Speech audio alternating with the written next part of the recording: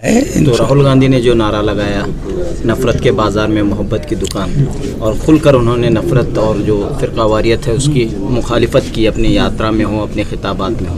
देखिए, तो क्या तब्दीली के आसार नज़र आ रहे हैं? देख, आसार तब्दीली मुल्कों में आई है, समाज में तब्दीली आई है। राहुल गांधी की जो आवाज़ है, जो मैसेज लेकर वो चल रहे हैं, मैं समझता हूँ कि मेरी ज़िंदगी में आज तक कोई जयप्रकाश के बाद कोई एक ऐसा लीडर नहीं हुआ जो सारे मुल्क south and north, west and east में जाकर अपना मैसेज, मोहब्बत का पैगाम लेकर जाने वाला कौन, मतलब बताइए, इन 50-60 सालों में किसने इतना बड़ा कदम उठाकर मेहनत से चल कर फिराए? कहीं एक मिसाल है? तो अल्लाह उसे कामयाबी देना ज़रूरी है, देगा। तो हमने यही कहा कि क्या ज़रूरत है राहुल गांधी को बताने के लिए कि उसकी रगों में खून किसका दौड़ रहा है? जवाहरलाल नेहरू का खून दौड़ रहा है, उसकी रगों में राजीव गांधी का खून दौड़ रहा है, उसकी रगों में उसकी माँ ऐसी शरीफ औरत, उसका खून दौड़ रहा है। हम उसी से तवक्को कर सकते हैं। लोकसभा इंतखाबात और मुल्क के समाजी व सियासी हालात और मुसलमानों की जिम्मेदारी, इस मौजू को ध्यान में रखते हुए बेंगलुरु के सालार ऑडिटोरियम में एक अहम तरीन इजलास मुनअक़द हुआ।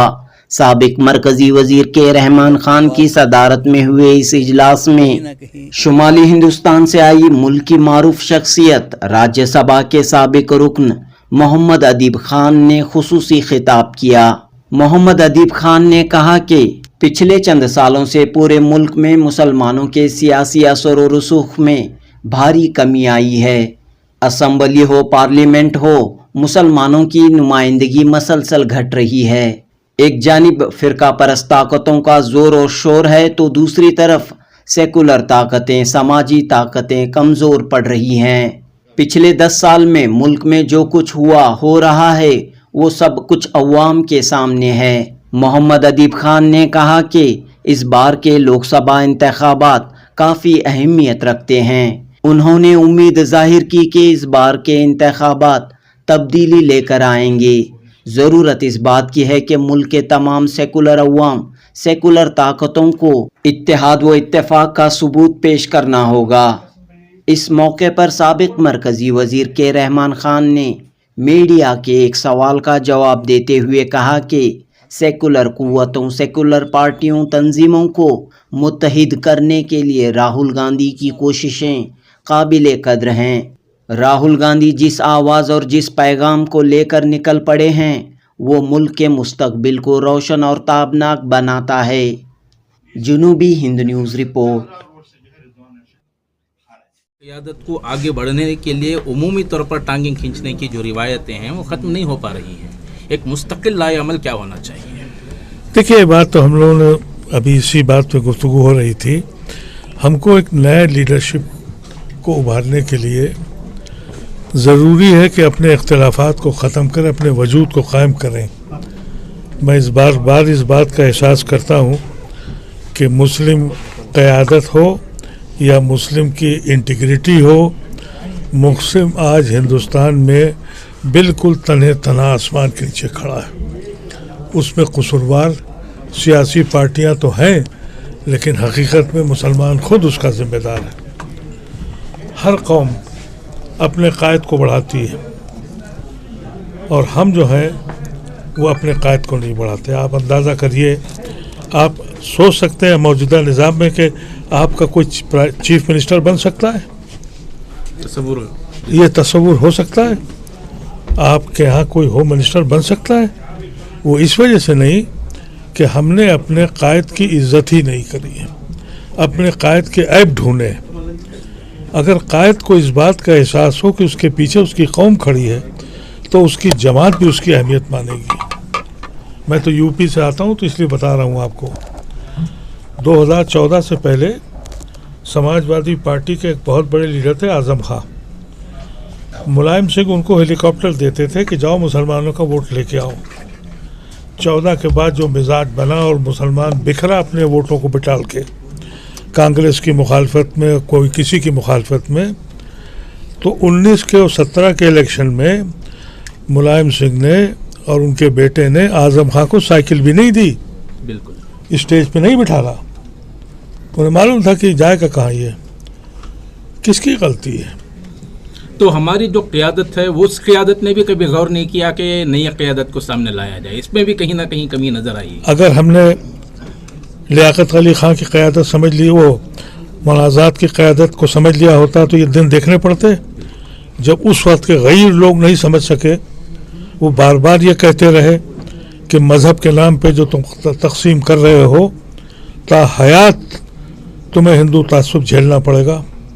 आप झेल रहे हैं नहीं झेल रहे हैं? आप मुझे बताएं कि आप अपनी हैसियत का अंदाज़ा करें। पिछले 100 साल में हिंदुस्तान नहीं दुनिया में कोई आदमी निकला आपके पास जिसके लिए आप कह सकें कि इसने नोबेल प्राइज़ पाया था, ये एक बेहतरीन ह्यूमन राइट्स एक्टिविस्ट था, ये साइंटिस्ट था? कहाँ हैं हम? जब तक अपना तज़किया आप नहीं करेंगे, जिस मोहल्ले में रहते हैं उस मोहल्ले में आप तज़किया कीजिए। अब मुश्किल ये है कि आज के दौर में ये जो इलेक्शन आ रहा है, जिसकी वजह से हमारे ऐसे लोग भी आपके बीच आए हैं, उसकी सिर्फ वजह यह है कि ये आखिरी इलेक्शन है। और अगर इस इलेक्शन में भी आप बट गए और आपने मौका दिया उन लोगों को जो इस उनके आइन को बचाना चाहते हैं, उनके साथ अगर आप नहीं खड़े हुए, तो ये तो हो सकता है कि मोदी बने, योगी बने, गर्दनें आपकी कटेंगी। तो आम चेहरा तो इस मैदान में एक वोटर के तौर पर आ सकता है, लेकिन जो लीडरशिप हमारी है, वो लीडरशिप की क्या जिम्मेदारी रहेगी? मैंने अभी अपनी बात पर रखी थी आपके सामने, भी इसी बात के लिए कहा था कि हमने हमेशा जब काम किया तो क्रेडिट नहीं लिया। इस बार हम क्रेडिट लेंगे।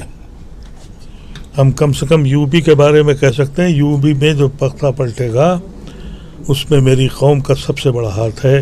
और 4 जून को मैं खड़े ऐलान से ये कहूँगा कि हमारी वजह से इस मुल्क का आइन बचा। इस तहरीक में हिंदुस्तान के हर शहरी को शामिल करना पसंद करें, हर शहरी को जिसने भी इसको बचाया है।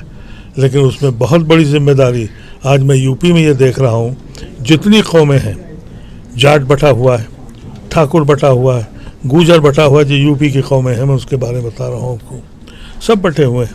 अल्हम्दुलिल्लाह एक आवाज़ ऐसी गई है कि मुसलमान, मेरे ख़्याल से जिस तरह से पहली पोलिंग हुई है और दूसरी पोलिंग अगर हो गई तो 7वीं पोलिंग तक यूपी में बिल्कुल अचंभे क्लब इलेक्शन। तो शहरिया ने कर्नाटक को क्या पैगाम रहेगा? इसलिए कि 28 हल्कों में सिर्फ एक मुस्लिम उम्मीदवार को मैदान में उतारा गया है और उम्मीद है कि आपकी नियाबत करते हुए इंशाल्लाह वो आवाज़ ऐवान में गूंजेगी। कर्नाटका नहीं तो हमें ज़िंदगी देने का सहारा दिया।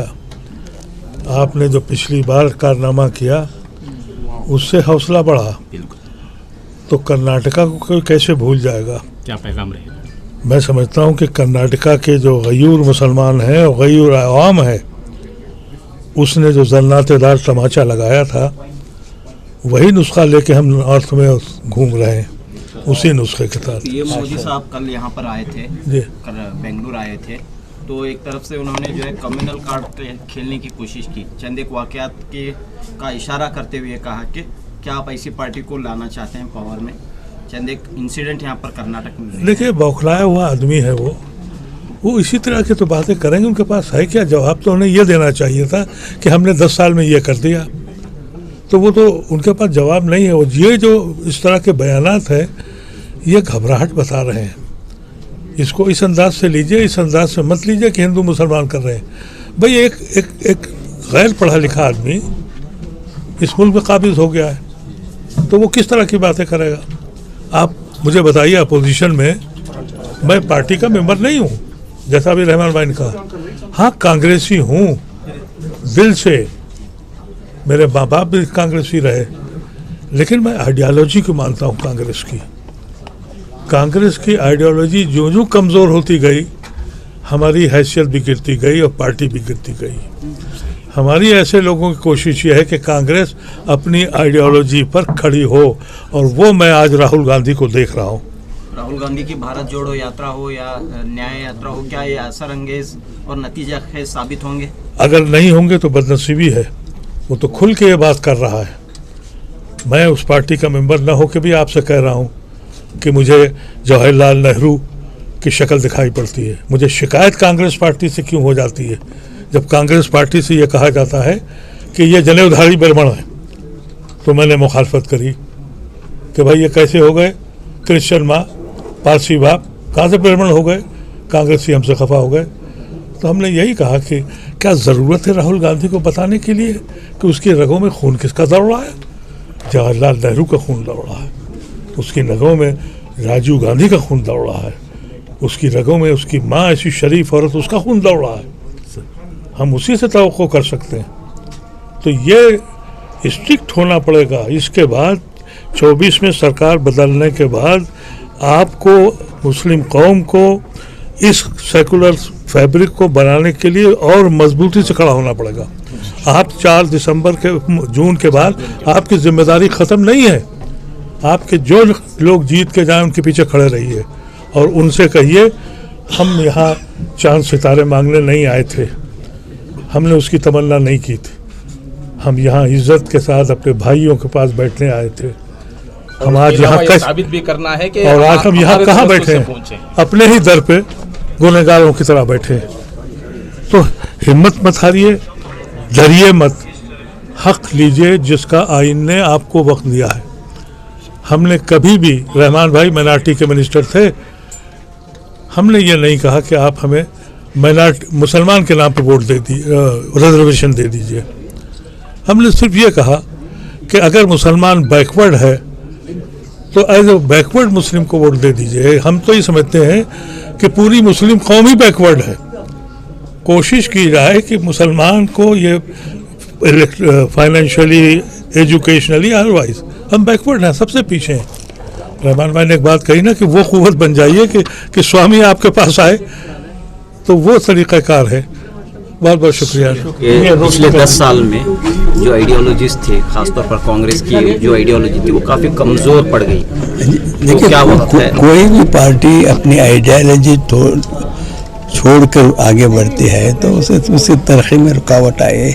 इसीलिए कहीं ना कहीं इंट्रोस्पेक्ट कांग्रेस पार्टी को करना पड़ेगा कि क्यों कांग्रेस एक इतनी अच्छी आइडियोलॉजी रखकर लोग सारे दुनिया में इसकी आइडियोलॉजी को तस्लीम किया है, तो आज क्यों आइडियोलॉजी में कहाँ ना कहीं कांग्रेस पार्टी को आज इंट्रोस्पेक्ट की ज़रूरत है, दूसरा कुछ ज़रूरत नहीं। इंट्रोस्पेक्ट करना चाहिए और जो भी हर इंसान हो, पार्टी हो, समाज हो, इंट्रोस्पेक्शन करना चाहिए कि अगर कहीं गलतियां हुए तो क्यों हुए हैं, इसका तदारुक ढूंढना चाहिए। ये तो वो हो रहा है। तो राहुल गांधी ने जो नारा लगाया, नफ़रत के बाज़ार में मोहब्बत की दुकान, और खुलकर उन्होंने नफ़रत और जो फ़िरक़ावारियत है उसकी मुखालिफत की, अपनी यात्रा में हो, अपने खिताबात में हो। देखिए, तो क्या तब्दीली के आसार नज़र आ रहे हैं? देख, आसार तब्दीली मुल्कों में आई है, समाज में तब्दीली आई है। राहुल गांधी की जो आवाज़ है, जो मैसेज लेकर वो चल रहे हैं, मैं समझता हूँ कि मेरी ज़िंदगी में आज तक कोई जयप्रकाश के बाद कोई एक ऐसा लीडर नहीं हुआ जो सारे मुल्क south and north, west and east में जाकर अपना मैसेज, मोहब्बत का पैगाम लेकर जाने वाला। कौन, मतलब बताइए, इन 50-60 सालों में किसने इतना बड़ा कदम उठाकर मेहनत से चल कर फिर आए? कहीं एक मिसाल है? तो अल्लाह उसे कामयाबी देना ज़रूरी है, देगा। अक़लियतों की बेशुमार शिकायत के बावजूद अक़लियतों के पास वाहिद रास्ता कांग्रेस रह गया है। तो कांग्रेस इसे मजबूरी समझ रही है या ऐसे ही छोड़ दिया गया है कि जहां भी जाएंगे वो आएंगे, ये समझकर फरामोश करने की रिवायत है? देखिए, ये जो बार बार हम कहते हैं कि हम अक़लियतों को छोड़ दिए, कांग्रेस छोड़ दी है, ये नारा लगाना छोड़ दें, हम छोड़ दें, शिकायत ले जाना हम छोड़ दें। मैं जैसा कहा कि शिकायत करने वाले मत बनो, आपकी शिकायत लेकर जाने वाले उसकी कमजोर होता है। हक हासिल करने का तरीका क्या होगा? हक हासिल करने का आप जो कर रहे हैं, आइन में आपको हक दिया है, आइन का सहारा लो, हुकूमतों का नहीं, आइन का सहारा लो, लड़ो, जंग लड़ो। कितने लोग मुसलमान बताइए, इतने आप कहते हैं कि हम नाइंसाफी है में, कितने हम PIL डाले हैं, कितने मुसलमान PIL डाले हैं कि हमारे जो शिकायत हैं उसके तदारुक के लिए कि हमको आइन हक देता है कि जुडिशरी है आपके पास, इंसाफ देने के लिए जुडिशरी। कितने हम आप अगर बाबरी का मस्जिद का हमें फैसला इंसाफ कानूनी तरीके से करते तो आज हम ये दिन देखने की ज़रूरत नहीं पड़ती। हमने जज्बात से काम लिया, हर चीज़ जज्बात से काम लेते हैं तो आपको इंसाफ नहीं मिलेगा। आखिर में सर 2024 के जो इलेक्शंस हैं उसके नताइज से क्या आप उम्मीद रखते हैं? देखिए, आज जो मुल्क में एक माहौल है और लोग सोचने पे मजबूर हो गए हैं कि तब्दीली ज़रूरत है, मगर वाज़ेह नहीं दिखता कि आप वो कोई बोल नहीं रहा है।